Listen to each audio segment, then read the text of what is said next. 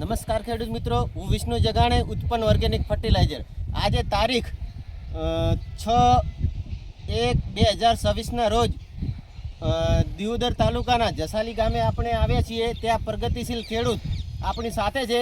તો એમને જે ઉત્પન્ન કંપનીનું ઓર્ગેનિક ખોળ જે પાયાની અંદર વાપરેલ છે, તો એમના જોડે અભિપ્રાય લઈશું કે એમને શું રિઝલ્ટ મળ્યું છે, બટાકામાં કેવો ગ્રોથ છે, નીચે બેસવાનું કેટલું ફળ બેઠા છે, તે પણ એમની સાથે આપણે વાત કરીશું. તો નમસ્કાર કીર્તિભાઈ.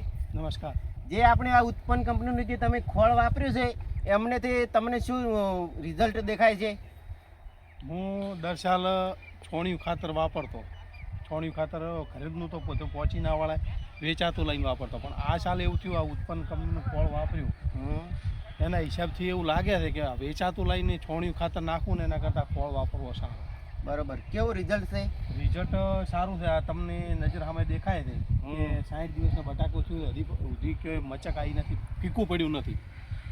અને નેચે તંતુ મૂળનો વિકાસ સારો છે. એની અંદર કે એનું કાર્બન ભરપૂર મળી રહ્યું, એના હિસાબે એની બેઠક પણ સારી છે. બરોબર.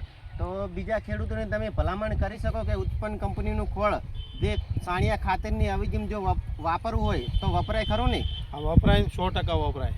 ઘરનું છાણિયું ખાતર ના હોય તો વેચાતું લાઈને નખાય ને ઉત્પન્ન ખોળ વપરાય. એમાં બે બેનિફિટ છે. એક તો એની અંદર કોઈ ઉગારો આવતો નથી. હા, બરોબર.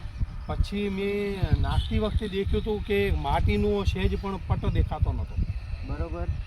અને બીજા ખોળ કરતાં ઉત્પન્ન કંપનીનો ખોળ મને સારો લાગે. હું વર્ષો વાપરું તો છું જ ખોળ, બરોબર. પણ આ સાલ મેં ઉત્પન્ન કંપનીનો વાપર્યો એમાં મને થોડું રિઝલ્ટ સારું દેખાય. તો ખૂબ ખૂબ આભાર કીર્તિભાઈ. આ જે માહિતી તમે ખેડૂત સુધી પહોંચાડી